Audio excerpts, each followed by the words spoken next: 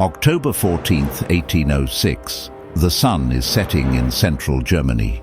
Vast amounts of corpses lay around on the fields of Jena and Auerstedt. It was on the morning of that day that the French army wrote one of its most glorious pages. The genius of both Napoleon and Marshal Davout, together with a highly effective army, completely smashed the famed Prussian army. The inheritors of Frederick the Great were outmaneuvered and outmarched by the Le Grande Armée at every single point. A reputation that took decades to forge was quickly erased on a single day. A campaign that started on the wrong foot ended on an embarrassing defeat. The fate of Europe was still in the air. The shattered Prussian forces went to the east. The Russian Empire came to rescue their outnumbered ally. As much as the war was not over yet, the Prussian army collapsed that day on Jena. The next year, at the Battle of Friedland, Prussia entered a stage of complete subsidence to French interest for almost an entire decade. A complete humiliation that gave an identity crisis to an entire nation.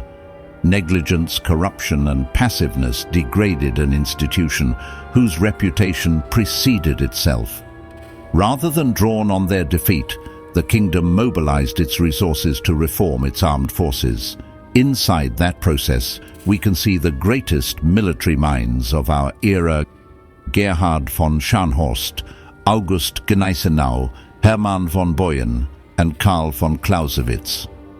But it wouldn't be until decades later when an army bureaucrat accelerated the transformation of the Prussian army.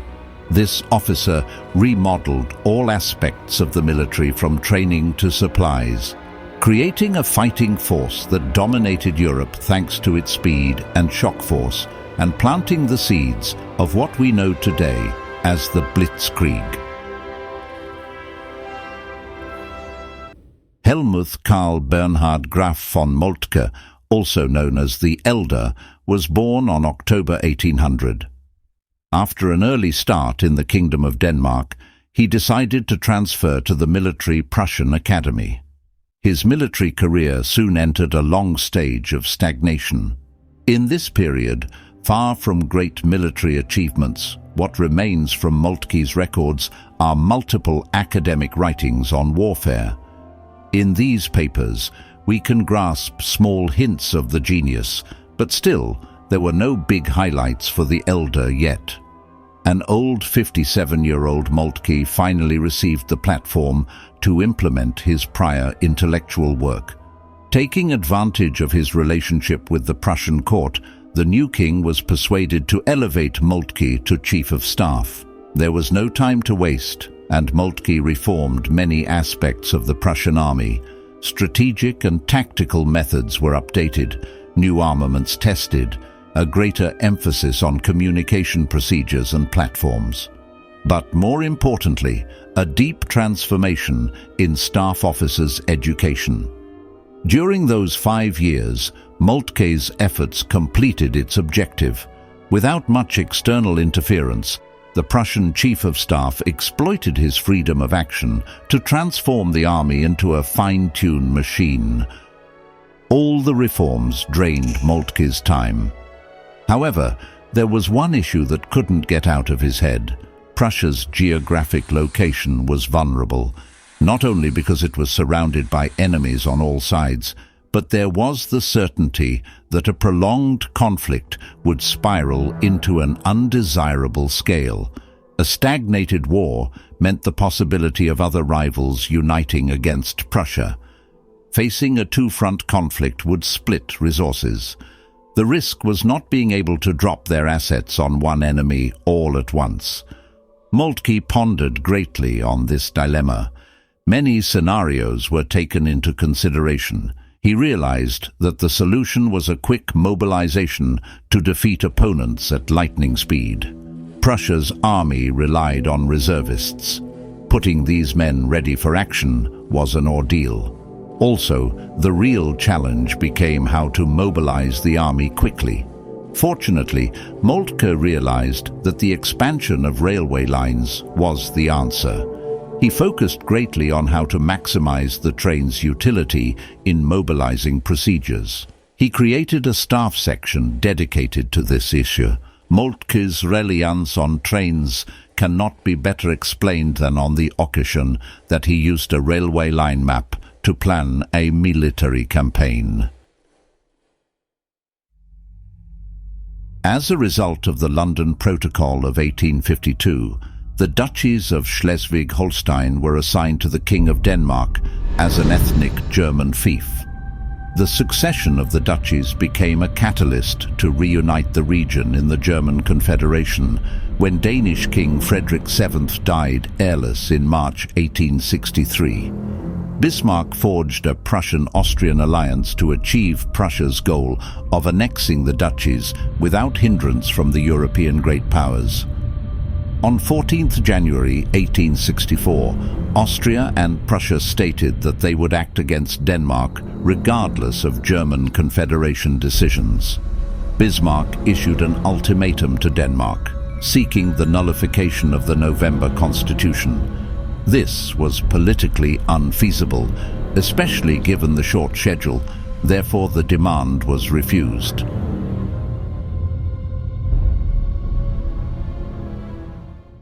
The Danish army consisted of approximately 38,000 men, divided into 4 divisions at the outset of the war.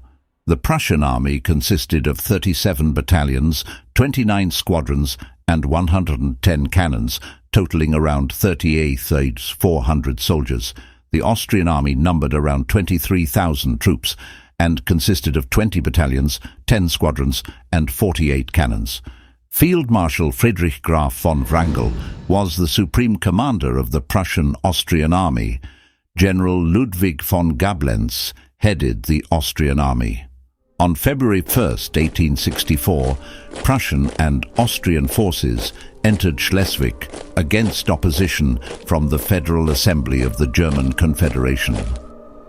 After a few brief encounters, the Danish suffered heavy losses and had to retreat to several defended positions. Although the Prussians won significant battles, they were unable to put an end to the struggle immediately. The Danes continued shifting to more advantageous places. The Danish force made its way to the forts of Dybbøl and Fredericia. Dybbøl and Fredericia were besieged, Dybbøl taken by storm, and Fredericia abandoned by the Danes without assault. But the war showed no signs of ending. The Danish army was safe on the islands of Als and Funen. The conflict became a strain on the Prussians' efforts because no clear results had been achieved. Combat had spread to the main Denmark territory, and political friction was surging with Austria. It wasn't until July when the Danish mainland was occupied by the Germans. Now, the Danish islands were also endangered, and the Danish government had to accept armistice and peace negotiations. The conflict served as a sign that the Prussian army reformation was a success. However, the war against Denmark concluded in an affair harder than expected. Instead of an easy victory, the Prussians had to fight their way into enemy territory. Their military superiority was apparent, but the Danes used their rugged territory to stall the conflict longer than necessary. This was an issue that Prussia couldn't repeat on future engagements.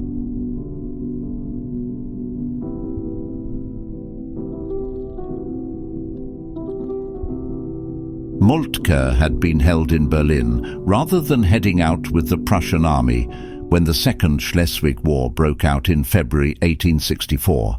By enveloping the Danish army, avoiding fortifications, and employing a variety of strategies, including artillery fire on the more fortified points to compel the enemy to retreat, Moltke hoped to destroy the Danish army. Either way, his plan was botched, and the Danish army fled to the forts at Dybbøl and Fredericia. Friedrich von Wrangel was the General Feldmarschall of the Prussian army in Denmark. He refused to follow Moltke's strategy. He preferred frontal assaults on fortifications rather than bypassing those strong points. On April 30th, Moltke was sent to the front, and he was successful in terminating the conflict. When Moltke was appointed Chief of Staff of the Prussian army, he took over as the alliance's true commander. He used those flanking maneuvers rather than risky frontal assaults. In conclusion, despite the Prussian officers' knowledge of fire tactics and how to utilize terrain features, their commanders instructed them to launch frontal attacks and shock tactics at the beginning of the conflict. This strategy was modified by Moltke, and 4 weeks after combat resumed, the Prussian army seized the Danish peninsula and compelled an armistice without making any concessions to the Danish.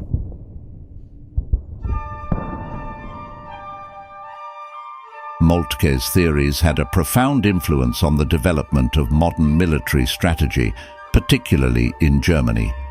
His ideas on flexibility, concentration of forces, and adaptability were instrumental in the successes of the Prussian army in the mid-19th century. Let's step back and look at his influences. The truth is that Moltke was the culmination of prior development in military thought. Many theoretical papers caught his attention, and he expanded those ideas to implement them in a more practical setting. Renowned Prussian military strategist and philosopher Karl von Clausewitz, one of the most important military philosophers in history, his works, especially his magnum opus on war, continue to influence how we comprehend the complexity of armed combat. The key argument made by Clausewitz was the need to encourage a certain level of independent command. His articles on independent leadership emphasize the importance of allowing local commanders some liberty and initiative. Although independent command enables adaptation and reactivity in the face of the unpredictable and dynamic nature of combat, centralized control and planning nevertheless have a place in military strategy. As a result, a commander accepts that his subordinate carries out the mission in a different manner than the commander had anticipated, depending on facts and information that are only known or accessible to that subordinate. Although this theory is still valid, Clausewitz doesn't offer enough resources to generate such officers. He limited his discussion to the standards that military personnel and commanders must meet during a conflict. It was Moltke's responsibility to design an education system ready to mold the next generation of Prussian officers. The education and training system in Prussia was greatly influenced by Clausewitz's beliefs. Leaders were now expected to consider the mission, potential unforeseen circumstances, and the overall objective or purpose. The concept of the center of gravity is a key element in Karl von Clausewitz's military theory, outlined in his influential work on war. The center of gravity is a fundamental concept in understanding the dynamics of warfare and strategy. The center of gravity represents the primary source of a military force's strength, power, and cohesion. It is the focal point that, if attacked or disrupted, can have the most significant impact on the enemy's ability to achieve its objectives. This requires a deep understanding of the enemy's capabilities, intentions, and the interplay of various elements within their military and political structure. The center of gravity is crucial because targeting it effectively can lead to victory while conserving resources. Attacking less critical elements of an opponent's force may be wasteful and less likely to yield decisive results. He emphasized that the center of gravity is not purely a military concept. It can have political and societal dimensions as well. In some cases, undermining an opponent's political support or will to fight may be the true center of gravity.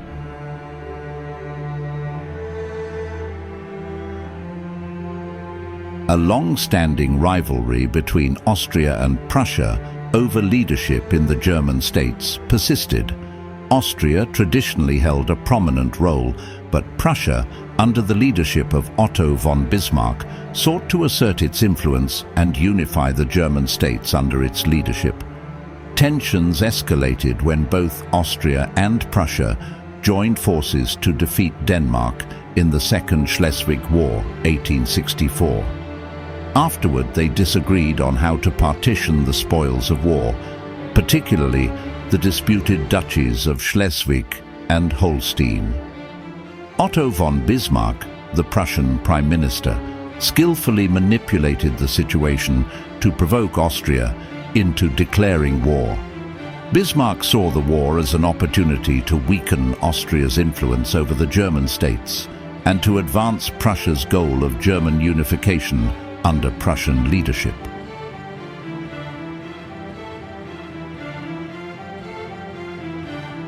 The Prussians faced two opposing forces, the Austro-Saxon army, 270,000 strong, and their allied North and South German armies, 120,000 strong. The Prussian forces were 60,000 fewer, but Moltke was determined to be dominant at the crucial point.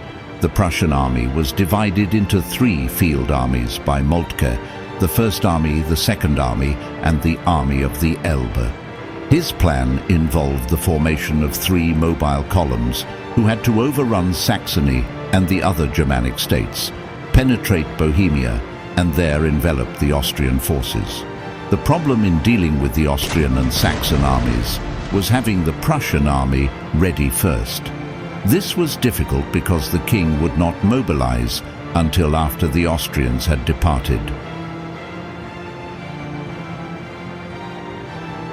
Moltke's expertise in railways enabled him to save time. 5 railway lines connected the various Prussian provinces to several sites along the southern border. Moltke was able to transport all of his army corps from their peacetime garrisons to the border by using all of these rails at the same time. Moltke summarized this daring plan as follows: Prussia's advantage lies in the initiative. We can mobilize our forces more swiftly than any of our Germanic opponents. Success depends entirely upon their immediate and unconditional employment. Moltke directed his 2 armies towards Gitschin, anticipating the Crown Prince's march and potential collision with Austrian forces. Prince Friedrich Karl sent the 3rd Division to Gitschin, but the Crown Prince's 100,000 men made it unlikely. The battle involved envelopment maneuvers and decentralized fighting, with local commanders taking the initiative. The victory thereafter made possible the junction of the 1st and 2nd Prussian Army Corps, and had as an ultimate result the Austrian defeat at the Battle of Königgrätz. Moltke was dissatisfied with the outcome of the Battle of Königgrätz. He attempted to have the Prussian army of the Elbe sent out above Königgrätz to stop the Austrian retreat, but its commanding commander was unable to arrive in time. He also attempted to restrain the Prussian First Army from pressing its offensive too aggressively, expecting to retain the Austrians in their position until their withdrawal was cut off by the Crown Prince's army, but this too failed. The struggle to maintain control of the resources that allowed decisive victory and the fulfillment of the perfect battle was apparent during that conflict. A typical example is the disagreement between Moltke and Bismarck following the Battle of Königgrätz on July 3, 1866. Following the Prussian triumph, Moltke planned to march on Vienna and completely destroy the Austrian troops. Bismarck, on the other hand, sought to avoid embarrassing the Austrians, since he needed their backing if war with France was required to accomplish Germany's unification.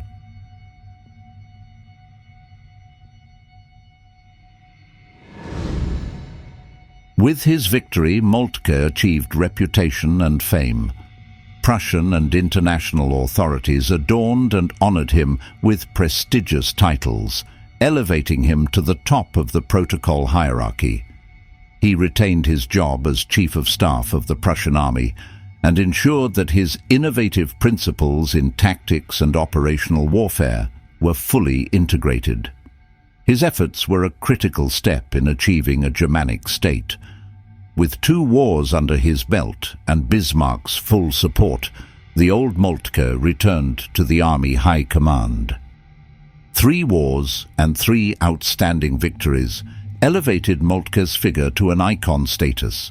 He was made a Graf in 1870 and promoted to the rank of Field Marshal in 1871.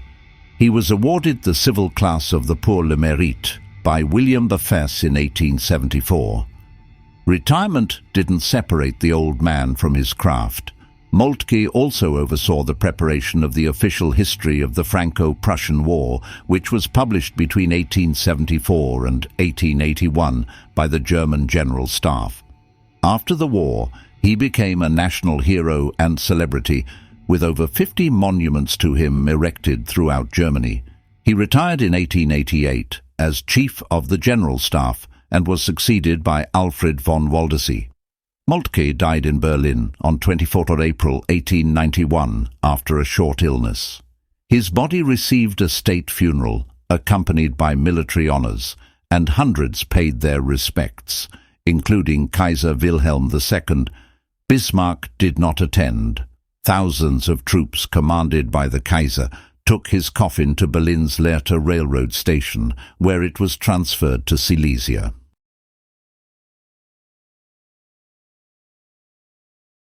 Moltke's ideas continue to be studied and applied in modern military thought, highlighting the enduring relevance of his strategic principles in contemporary warfare and military strategy. Now, let's dig deep into a few of those points, which he pressed hard to incorporate inside the Prussian army. Army staff officers play crucial roles in military organizations, serving as advisors to senior commanders and helping ensure the effective planning, coordination, and execution of military operations.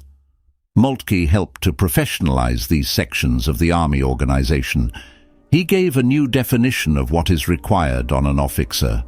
The main job of the staff is to advise the commander with specific and limited ideas. Indeed, the more ideas that staff officers develop, the more they might confuse a commander and divert him from the mission's goal. Moltke hated staff officers who just pointed out the flaws in a course of action rather than offering a solution or assisting him in solving the situation. The Prussian army, and later the German army, successfully modified its leadership structure. The job of commanders and staff officers included understanding the situation, assessing the conditions, and providing accurate, prompt choices and directions to subordinates. Such capacities necessitated educated, self-sufficient officers who could adjust to changing settings and thought critically about difficulties. Moltke's reforms meant the expansion of a bureaucracy within the army, officer whose responsibilities were distant from the battlefield, professionals who have more in common with a desk job worker rather than a soldier.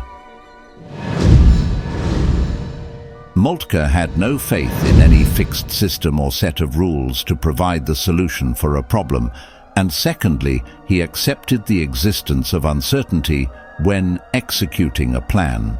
He believed in issuing mission-type orders rather than detailed, step-by-step instructions. Instead of telling subordinate commanders exactly how to achieve an object, rigid plans often fall apart on the battlefield due to the unpredictable nature of warfare. By empowering subordinate commanders to adapt to changing circumstances, the overall campaign can remain flexible and responsive. Tactical victory formed the center of Moltke's vision of war. He saw strategy, a free, practical, artistic activity, as a system of expedients designed to establish, as far as possible, the conditions for tactical success. Strategy must remain flexible to take advantage of unexpected opportunities and to react to unpredictable factors like weather, illnesses, railway accidents, misunderstandings, and disappointments. Attempting to carry a war plan beyond the opening engagement he considered the greatest of follies, for the first clash of arms brought only new opportunities and necessities to attacker and defender alike. Nonetheless, staff officers should spare no effort in planning for as many contingencies as possible. Subordinate commanders should be prepared to adjust their approaches or switch to alternative plans if the situation changes.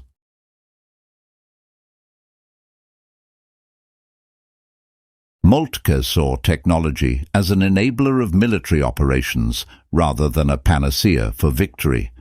He believed that while new weapons and technologies could provide tactical advantages, they should be integrated into a broader strategy and not relied upon solely for success. He acknowledged that advances in weapons technology, such as rifled firearms and artillery, could have a significant impact on battlefield tactics. These advancements required adjustments in tactics, such as taking advantage of improved accuracy and longer-range capabilities. For example, the Dry's needle gun was the first breech-loading rifle to use a bolt action to open and close the chamber. Many states rejected the use of such weapons due to unreliability or simple ideological reasons. But that was not the case for the Prussians, who saw its technical superiority. They quickly developed infantry tactics focused on the greater fire rate provided by the needle gun. Moltke's view on technology in warfare was pragmatic and balanced. He saw technology as a valuable tool that could enhance military capabilities, but emphasized that it should be integrated into a broader framework of military doctrine, training, and leadership.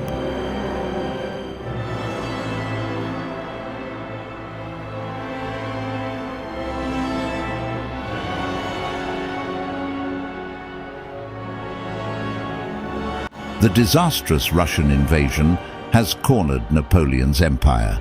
The Sixth Coalition was formed, comprising major European states that were determined to defeat Napoleon and restore independence to the occupied territories.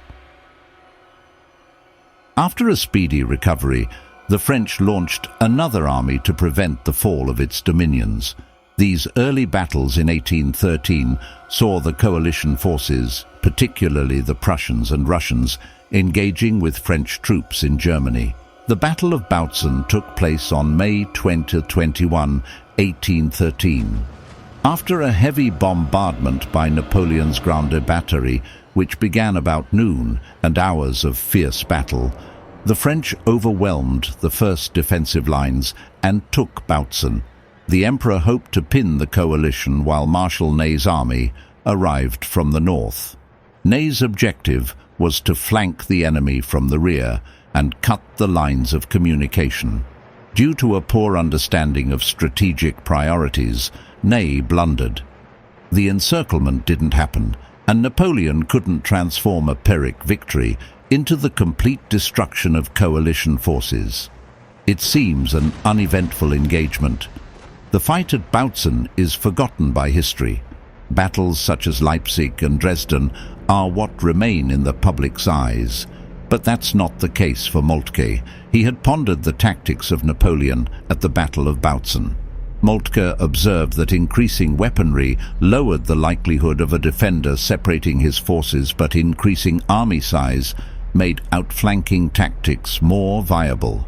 One of Moltke's signature strategies, seen in all his war plans with Russia and France, was the offensive-defensive strategy, in which he maneuvered his army to cut the enemy force's lines of communication and then dug in and defeated the enemy force as it attempted to re-establish its lines of communication in a defensive action.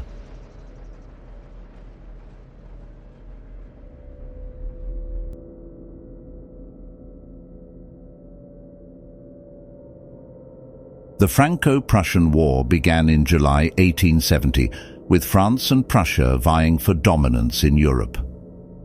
Tensions escalated when the Ems dispatch created a diplomatic incident. The vacant Spanish monarchy, contested by Prussian relative Leopold of Hohenzollern-Sigmaringen, also sparked tensions. The war escalated as diplomatic solutions failed and hostilities began. On 28 July 1870, Napoleon III led the new Army of the Rhine. A pre-war plan called for a strong French offensive from Thionville towards Trier and into the Rhineland. However, Generals Frossard and Lebrun favored a defensive plan, urging them to remain in a defensive posture near the German border. The Prussians mobilized more rapidly than expected, forcing Napoleon III to launch an offensive before Moltke's forces were deployed. In 1870, the French retreated to defensive positions near Wissembourg, while General Frossard withdrew his Army of the Rhine to Spicheren and Forbach. The first action occurred on 4th August, with the German Third Army attacking General Douay's unsupported division. The French troops who did not surrender retreated westward. The Battle of Spicheren and the Battle of Wörth occurred on the 6th August, with Prussia's Third Army and the French's 35,000-strong force clashing. The French army of Chalons was formed to rescue Bazaine, but the Prussians caught them in a pincer grip, leading to their withdrawal. The Prussians kept smashing a retreating enemy, culminating with their decisive victory at Sedan and Metz. The French armies disintegrated, but the nation kept resisting until a humiliating armistice was signed in January 1871.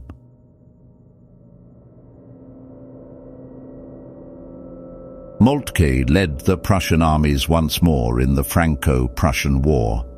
The features of such a conflict had constantly occupied Moltke's attention. Records disclosed after his death demonstrate how he considered army procureurs for such an event.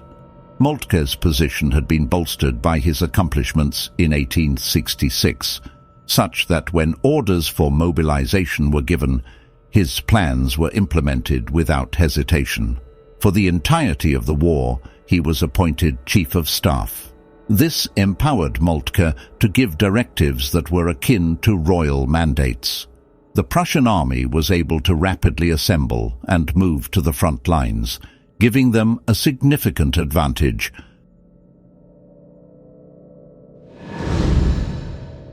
Moltke's plan involved three armies advancing in a right wheel, with the first arm on the right reaching the Moselle bank opposite Metz.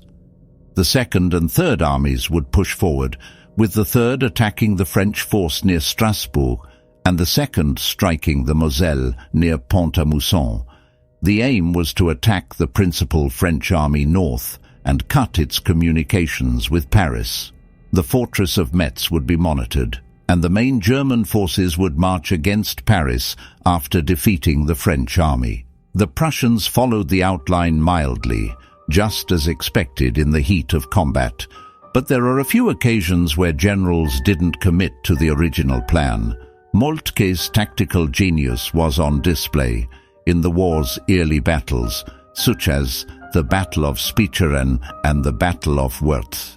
In these engagements, Prussian forces, under his leadership, won, laying the groundwork for the wider campaign.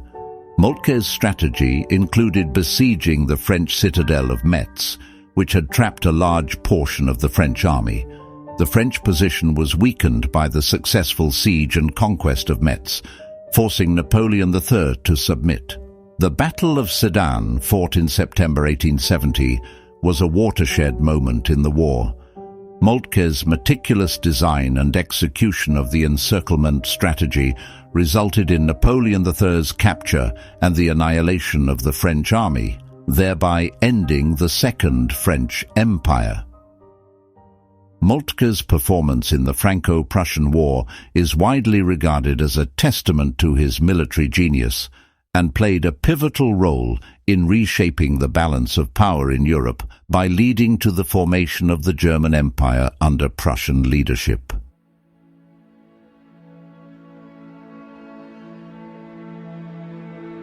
In the twilight of his life, Helmuth von Moltke, the once indomitable architect of Prussian military might, stood on the precipice of history.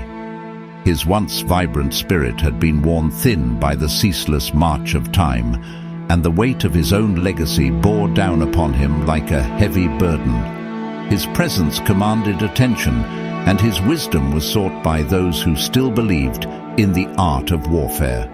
His great battles shamed in comparison to his work. Battles such as Sedan and Dibbel would have been the summit for most, but not for Moltke. For him, those were small additions to an extraordinary legacy. Though frail and aged, there was a fire in his eyes that refused to be extinguished. And as he closed his eyes for the last time, he knew that he had played his part in the grand drama of history, a drama which its darkest pages were yet to be written.